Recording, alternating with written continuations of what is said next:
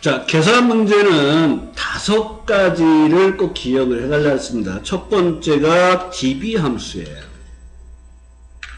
대표적인 게 daverage죠. 우리가 사용하는 데이터베이스 함수 종류는 6가지가 있죠. daverage, dsum, dmaximum, dminimum, dcount, dcount.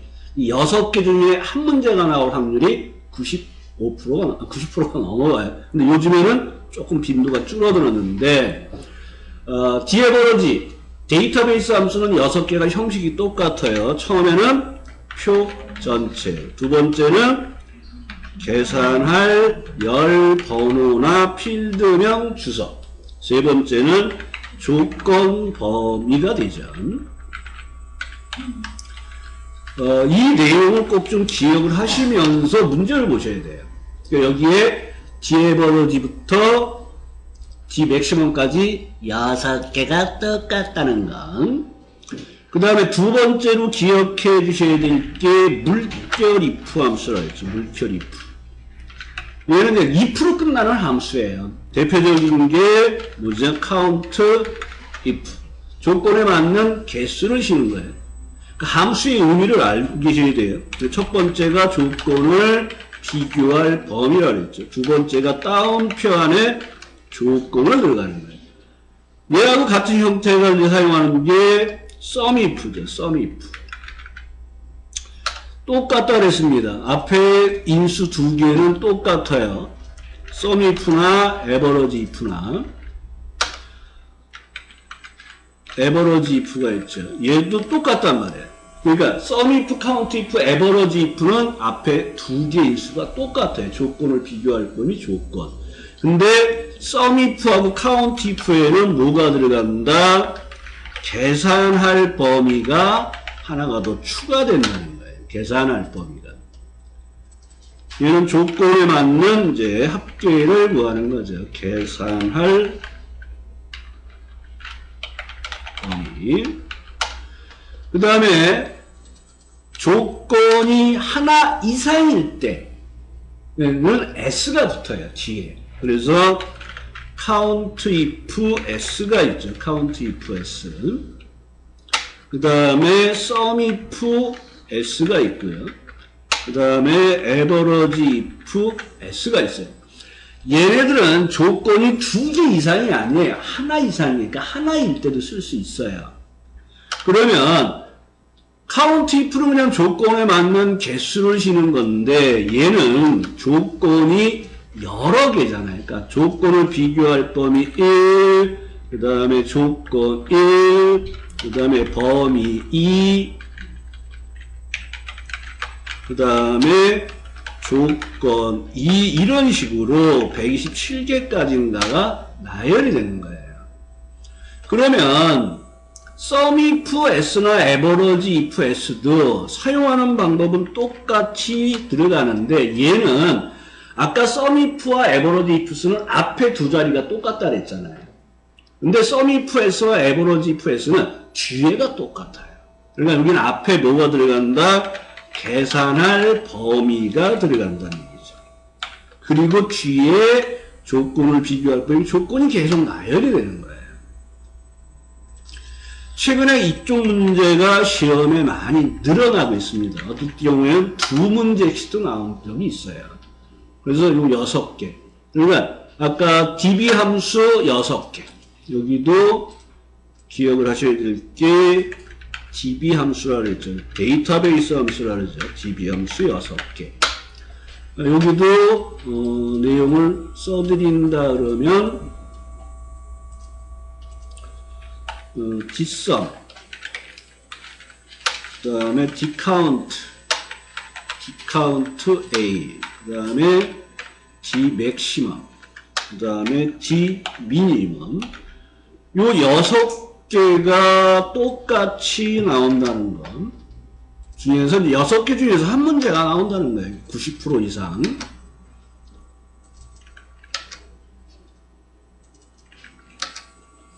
그 다음에 최근에 시험 보신 분이 여기에다가 하나 더 써놓은 거 있었죠. 뭐예요? dsum 나누기 dcount나 dcount a로 평균을 구하라는 문제가 나왔다는 거. 이것도 잘 기억해 두셔야 돼요. 표 전체에서 조건에 맞는 평균을 구하세요 그러는데 디에버러지가 안 나오고 디썸과 디카운트를 사용해서 쓰라는 게 나왔다는 거예요. 그래서 당황했어요 하고 얘기를 하신 분이 있었습니다. 요 6개, 그 다음에 if 함수 6개, 그 다음에 찾기 참조 함수라고 했죠. 이건 두 가지가 있죠. 하나는 vlookup, 하나는 hlookup이죠. 그래서 이거는 수직 찾기 참조 함수, 얘는 수평 찾기 참조 함수. 얘도 둘 중에 하나가 90% 이상이 시험에 나와요. 꼭 기억을 해달라 그랬죠. 그러면 첫 번째 수는 찾으려는 값, 두 번째는 찾아서 뽑을 범위로 절대 주소, 세 번째는 뽑을 열 번호, 네 번째가 방법이 들어간다 했죠. 그러면 얘는 수직으로 찾는 거고요. 얘는 수평으로 찾기 때문에 뽑을 열이 아니라 행이 들어간다고 말씀드렸어요. 방법은 두 가지가 있다 해서 방법 0은 정확히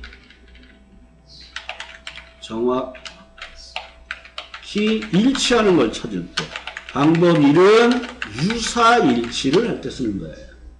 항상 여러분들이 봤을 때 찾으려는 값들이 오름차순되어 있으면 무조건 방법 2를 쓰면 돼요. 나머지는 0을 쓰시면 되고, 생략 가능한데 생략하지 말라 그랬어요. 항상 쓰세요.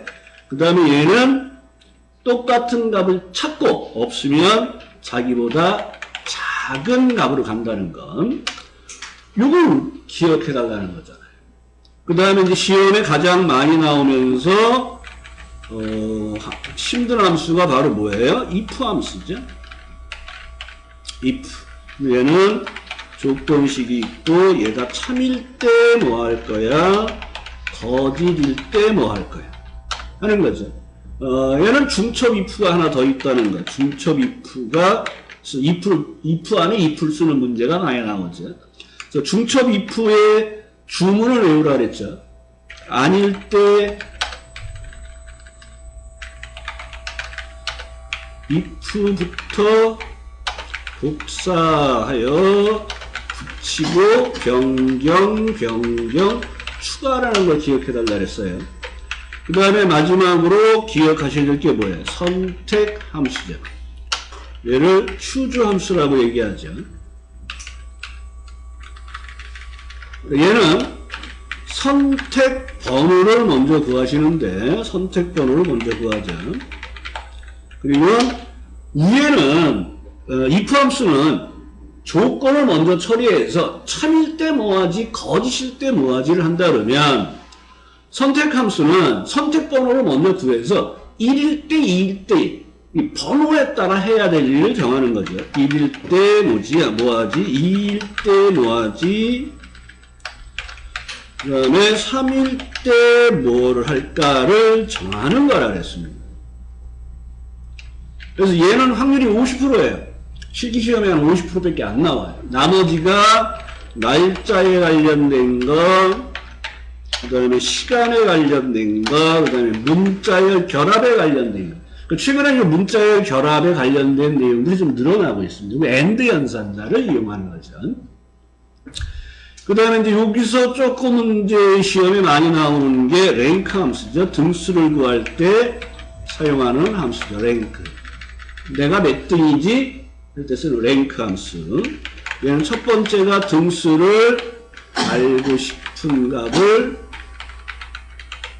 선택하시고, 두 번째가 뭐예요? 등수를 비교할 범위로 절대 주소를 쓰죠. 세 번째가 방법이에요. 그러니까 여기서 여러분들이 찾기 참조의 방법 0과 등수를 구할 때 사용하는 랭크 함수의 방법 0을 자꾸 혼동하시는데 각각 따로 쓰는 거예요. 함수마다 이 방법이 틀려요. 얘는 방법 0은 큰 수의 1등을 넣는 오름 차순 등수를 구하는 거예요. 그리고 그러면 생략 가능하게 되어 있어요. 그러니까 여러분들은 아예 생략하지 말고 항상 쓰세요. 그 다음에 방법 1은 작은 수의 1등이에요. 그래서 얘를 내림차순 등수를 구한다는 것으로 달리기라든지 수영이라든지 하는 이런 기록 경기에서 등수를 구할 때 사용하는 거예요. 그 다음에 이제 많이 나오는 게 문자열 함수의 left, right, mid. 그 다음에 반올림할 때 사용되는 round, round up, round down, truncation, integer. 그 다음에 날짜에 관련된 date, year, month, date. 시간에 관련된 게 time, hour, minute, second. 그 외에 문제가 나오면 풀지 마세요. 하나 틀려도 돼요. 단 분석 작업 2개와 매크로를 틀리지 않게끔 항상 준비를 해주시고요. 자, 그럼 1번 문제부터 보도록 할게요. 자, if 함수죠. 그러니까 실제 저는 이렇게 얘기를 해요. 시험에 나오면 if 함수는 제일 나중에 풀라 그래요. 그만큼 문제가 어려워요, 유형들이. 내가 풀었던 문제가 나오면 괜찮은데 안 풀었던 문제가 나오면 까딱하면 손을 못 대요. 그래서 문제 5개 중에서 쉬운 거 3개를 먼저 푸셔야 돼요. 그리고 분석 2개 매크로를 맞으면 거의 합격하세요. 자, 그러면 이제 if 함수가 나왔는데 얘는 A면 조조, D면 주간, N이면 시냐 3개를 표현을 하래요. 근데 if 함수는 2개뿐이 표현을 못해. 근데 이게 3개면 중첩 if를 2번 써야 돼. 4개면 중첩 if를 3번 써야 돼. 이것도 기억해 주시고. 그 다음에 항상 함수는 뭘 써라, 뭘 골라 쓰라고 돼 있죠. 얘는 if와 left를 이용하라 그랬습니다. 자, 주문 코드가 있는데 이 주문 코드에서 첫 번째 글자를 뽑아서 얘가 A야? 그러면 조죠. D면 주간. 이렇게 표현을 하는 거죠. 그 if 함수는 항상 하셔야 될 게 true, false를 먼저 하신 다음에 if 함수를 추가하시면 굉장히 문제가 쉽게 풀려요. 그래서 먼저 left에 의해서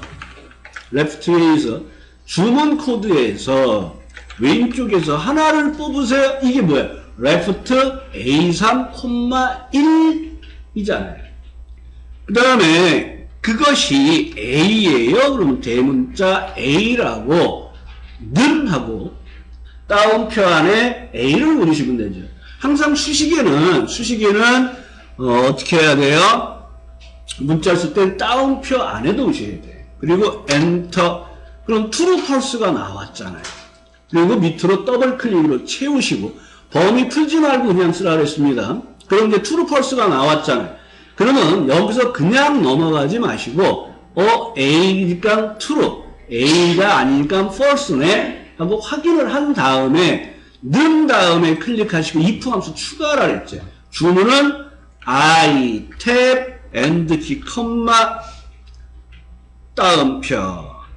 이게 if 함수 추가하는 주문처럼 외우기시라 했죠. I, 탭 키, and 키, 그럼 이제 참일 때 뭐 하지? 그러니까 따옴표 안에다가 뭐라고 쓰라고요? 조조 하고 쉼표를 넣고 아닐 때 value if false 아닐 때 뭐 하라 그랬습니다. 얘 중첩 if잖아요. 그래서 중첩 if가 나오면 아닐 때 if부터 복사해서 변경 추가하라 그랬습니다. 그럼 if부터 범위를 잡으시고 복사해서 뒤에다 붙이시고. 자, 두 번째는 D면 주간이에요. D면 주간. 그러면 이 내용에 D면 주간이라는 말이 빠진 게 뭐냐면 주문 코드의 왼쪽에서 하나를 뽑은 값이 D면 주간이란 말이에요. 그러니까 여기 A를 D로 바꾸시고 그 다음에 조조를 주간으로 변경하시고 이게 복사하여 붙이고 변경 그 다음에 맨 뒤에 N이면 C냐라 그랬는데 우리 데이터 주문 코드에서 데이터를 뽑아보면 A, D, N 3개만 뽑혀요. 그러니까 A와 D를 앞에다 썼잖아요. 그러니까 N은 비교할 필요가 없이 얘는 아니면으로 심야로 처리해 주시면 돼요. 그래서 여기는 변경 추가 뭐를 심야를 추가하는 작업을 해 주시면 돼요. 그럼 if 함수 2번 썼으니까 가로 2번 닫으시고 그 다음에 엔터. 범위가 선택이 되어 있을 때는 컨트롤 D를 눌러서 채워주시라는 얘기죠. 그래서 이런 형태로 작업을 하시는데, 작업하는 순서는 항상 true, false를 먼저 확인하시고, 이렇게 true, false를 먼저 확인하시고, 그 다음에 if 함수 추가해서 I 탭 and G 컴마 다운표 참일 때 조조, 그 다음에 쉼표한 다음에 아닐 때, 요 아닐 때 여기를 기억하시라는 얘기죠. if부터 복사하여 치고 변경 추가를 하라는 거예요.